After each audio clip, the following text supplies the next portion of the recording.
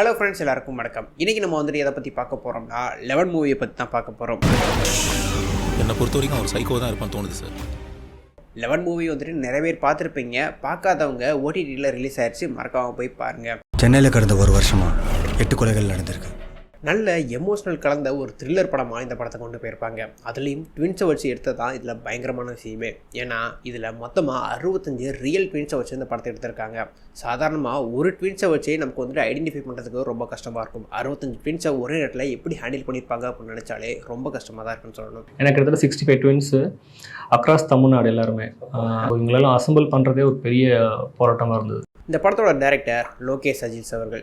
இவர் வந்துட்டு இந்த படத்தை எடுக்கிறதுக்கு முன்னாடியே வந்துட்டு ட்வின்ஸை வச்சு தான் எடுக்கணும் அப்படின்னு ஒரு ஸ்ட்ராங்காக இருந்திருக்காரு. அதுதான் ட்வின்ஸுன்றது தான் பேசிக் ஐடியா. அதை வச்சு ஒன்று பண்ணணும் அப்படின்றது தான் பேசிக் ஐடியா. இந்த படம் ஒரு த்ரில்லர் மூவி அப்படிங்கிறதுனால இந்த படத்துக்கான கதை எழுதையில் படத்தோட ஃப்ளாஷ்பேக் சீன் வந்துட்டு நல்ல ஒரு ஸ்ட்ராங்காக இருக்கணும் அப்படிங்கிறக்காக ஃபஸ்ட்டு வந்துட்டு ஃப்ளாஷ்பேக் சீனை தான் எழுதியிருக்காரு. அதுக்கப்புறம் தான் ஃப்ளாஷ்பேக்கு முந்தின சீனும் கிளைமேக்ஸ் சீனையும் எழுதியிருக்காரு. ரொம்ப நேரம் இருட்டில் தாக்கு பிடிக்க முடியாது. நிக்டோஃபோபியா. ஓகே ஃப்ரெண்ட்ஸ், இப்போ இந்த படத்தில் நிறைய ஹிடன் டீல்ஸ் இருக்குது. இந்த ஹிடன் டீல்ஸ்னால் இப்போ என்னென்ன அப்படிங்கிறத பார்க்கலாம். படத்தோட ஓப்பனிங் சீனில் கில்லர் வந்துட்டு ஒருத்தவரை கொலை பண்ணுவார். அப்படி கொலை பண்ணுறப்ப அவரோட கால் நிற்கிற பொசிஷனை வந்துட்டு 11 மாதிரி காமிச்சிருப்பாங்க. அது மட்டும் இல்லாமல் அவரை எரிக்கையில் வந்துட்டு நெருப்பு எரியும். நெருப்புமே வந்துட்டு 11 மாதிரி வந்துட்டு எரியிற மாதிரி காமிச்சிருப்பாங்க. அடுத்தபடியாக டைட்டில் போடுவாங்க. அந்த டைட்டில்லையுமே வந்துட்டு ஒரு சில ஹிடன் டீட்டெயில்ஸை டேரக்டர் கொடுத்துருக்காருன்னா சொல்லணும். ஸோ அது என்னென்னு பார்க்கலாம். படத்தோட டைட்டில் 11 நேம் வரும். அந்த 11 நேம் மேலே வந்துட்டு காரோட 2 தடம் மட்டும் போகும். இந்த காரோட தடம் எதுக்காக கொடுத்துருக்காங்கன்னா, கில்லர் வந்துட்டு ஒரு பிளாக் கலர் காரில் தான் போய் எல்லாத்தையும் கொலை பண்ணுவார். அதை டீட்டெயிலாக காமிக்கிறதுக்காகவும், அதுக்கப்புறம் வந்துட்டு அந்த காரோட தடம் பாருங்கள் 11 மாதிரியே இருக்குங்களா, அதை மென்ஷன் பண்ணுறதுக்காக தான் இந்த தரத்தை வச்சுருப்பாங்க. அதுக்கப்புறம் இந்த 11 அப்படிங்கிற நேமை நல்லா ஒத்து பாருங்கள். அதில் ஒரு லைட்ரு இருக்கும். இந்த லைட்ரு எதுக்காக வச்சுருக்காங்க அப்படின்னா, படத்தோட கிளைமேக்ஸில் வந்துட்டு கொலையாளியை லைட்ரு வச்சு தான் கண்டுபிடிப்பாங்க. அதை மென்ஷன் பண்ணுறதுக்காக தான் இந்த லைட்டரை வச்சுருக்காங்க. அதை தொடர்ந்து டைட்டிலுக்கு மேலேயும் கீழேயும் பார்த்தீங்கன்னா ஹீரோ யூஸ் பண்ணுற காரையும் வில்லன் யூஸ் பண்ணுற காரையும் மென்ஷன் பண்ணி காமிச்சிருப்பாங்க. அப்படியே அந்த லெட்டர்ஸ் கீழே பார்த்தீங்கன்னா 8 கோடு போட்டு ஒரு மனுஷன் நிற்கிற மாதிரி இருக்கும். அது ரெண்டையுமே அடிக்கிற மாதிரி இருக்கும். கொலையாளி வந்துட்டு 8 கொலை, கிளைமேக்ஸ்க்கு முன்னாடி 8 கொலை பண்ணுறதை இந்த கோடு மூலயமா காமிச்சிருப்பாங்க. அடுத்தபடியாக கொலையாளி கொலை பண்ண போகிற இடத்துல ஒரு கொலையும் எத்தனாவது கொலை அப்படின்னு மென்ஷன் பண்ணுற மாதிரி நம்பர்ஸில் காமிச்சிருப்பாங்க. அது என்னென்னுங்கிறத பார்க்கலாம். ஃபஸ்ட்டு கொலை பண்ணுறப்ப இது ஃபஸ்ட்டு கொலை தான் அப்படின்னு மென்ஷன் பண்ணுறதுக்காக அது ஒரு மொத்த மரத்தில் வச்சு கொலை பண்ணியிருப்பாங்க. 2வது கொலையில் டோரில் 2 மென்ஷன் ஆகிருக்கும். 3வது கொலையில் 3 பொம்மையோட டிராயிங்கை வந்துட்டு அந்த டோரில் வரைஞ்சி வச்சுருப்பாங்க. அடுத்தபடியாக 4வது கொலை பண்ணுறப்ப 04ன்னு ஒரு தகர சீட்டில் வந்துட்டு எழுதி வச்சுருப்பாங்க. 5வது கொலை பண்ணுற ஸ்பாட்டில் 5ன்னு தரையில் மென்ஷன் பண்ணியிருப்பாங்க. 6வது கொலை பண்ணுற ஸ்பாட்டில் 6 தூண்கள், அதாவது ஒரு டேங்க் கீழே வந்துட்டு ஒரு 6 தூண் இருக்கும். 6 தூணை வந்துட்டு மென்ஷன் பண்ணி காமிச்சிருப்பாங்க. இது 6வது கொலை அப்படின்னு. 8வது கொலையில் மீரா அவங்களோட வீட்டோட டோர் நம்பரில் வந்து பார்த்தீங்கன்னா 8ன்னு மென்ஷன் ஆகிருக்கும். அதே மாதிரி அவங்க 8வது செத்தும் இருப்பாங்க. கடைசியாக 10வது கொலையாக பெஞ்சமின் அவர்கள் கைதி கொலை பண்ணுவார். அந்த கைதியோட ட்ரெஸ்ஸில் பார்த்தீங்கன்னா 424 இருக்கும். இதை கூட்டினா 10ன்னு வரும். ஸோ இவர் தான் இந்த 10வது ஆள். உங்கள் ஸ்டேஷனில் ஏதாவது மிஸ்ஸிங் கேஸ் ரிஜிஸ்டர் ஆயிருக்கா? நாய்க்குட்டி காணோம் சார். அடுத்தபடியாக இந்த படத்தில் 11ங்கிற நம்பர் வந்துட்டு நிறைய இடத்துல வந்துட்டு இருக்கும். அது என்ன இடத்துல வருது அப்படிங்கிறத பார்க்கலாம். பெஞ்சமினோட கார் நம்பரில் பார்த்தீங்கன்னா 11ன்னு மென்ஷன் பண்ணியிருப்பாங்க. இதை ஒரு 11 மாதிரியும் நம்ம கருத்தில் எடுத்துக்கலாம். அடுத்தபடியாக கொலையாளியோட அந்த பென்ஸ் காரில் பார்த்தீங்கன்னா BFன்னு மென்ஷன் பண்ணியிருப்பாங்க. ஒன்று பெஞ்சமின், இன்னொன்று ஃப்ரான்சிஸ். அதை மென்ஷன் பண்ணுறதுக்காகவும் வந்துட்டு அதை காமிச்சிருப்பாங்க.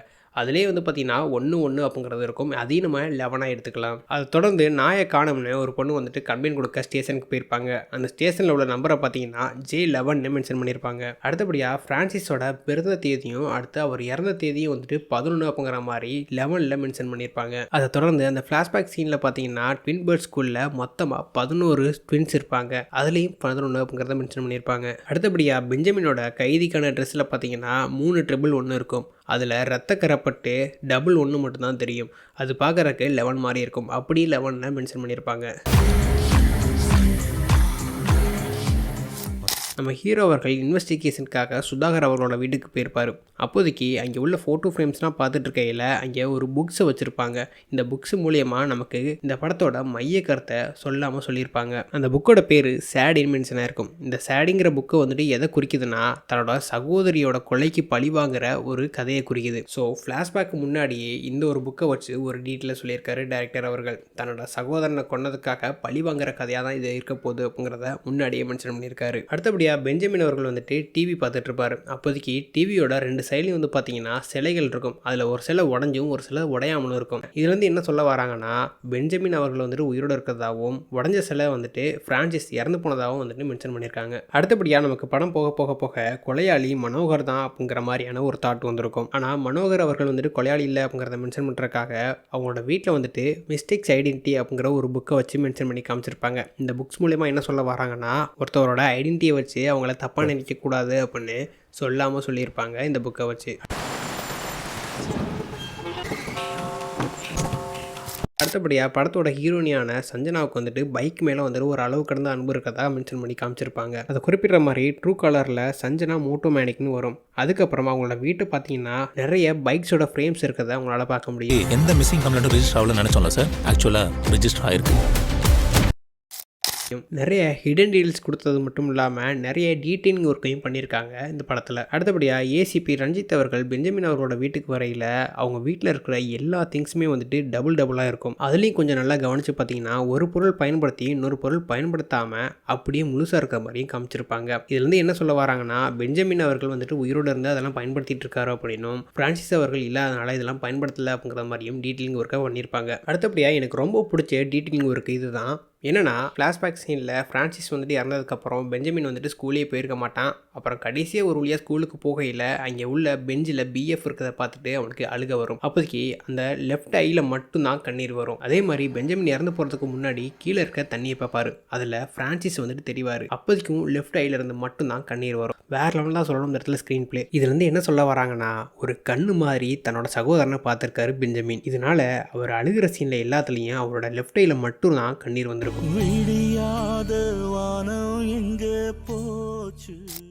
அதுக்கப்புறம் கடைசியாக பிரான்சிஸ் இறந்து போகிறப்போ அவரோட வாயும் நம்ம பெஞ்சமின் இறந்து போகிறப்போ அவரோட வாயும் வந்துட்டு ஒரே மாதிரி இருக்கும். பிரான்சிஸ் வெயிட் பண்ணு, நானும் வரேன். ஓகே ஃப்ரெண்ட்ஸ், அவ்வளோதான். இது மூலியமாக நிறைய ஹிடன் டீல்ஸை நான் உங்களுக்கு சொல்லியிருப்பேன்னு நினைக்கிறேன். நான் எதுவும் மிஸ் பண்ணியிருந்தா மறக்காமல் கமெண்ட்ஸை சொல்லிட்டு போயிருங்க. அதுக்கப்புறம் வந்துட்டு இந்த மாதிரி நிறைய எக்ஸ்க்ளூசிவான கண்டென்ட்ஸ் வந்துட்டு உங்களுக்கு காத்துட்ருக்குது. ஸோ அதனால் மறக்காமல் சேனலை சப்ஸ்கிரைப் பண்ணிட்டு உங்களோட சப்போர்ட் கொடுங்க ஃப்ரெண்ட்ஸ். ஸோ அடுத்த நல்ல ஒரு வீடியோ உங்களை சந்திக்கிறேன். Tata, bye bye, see you guys.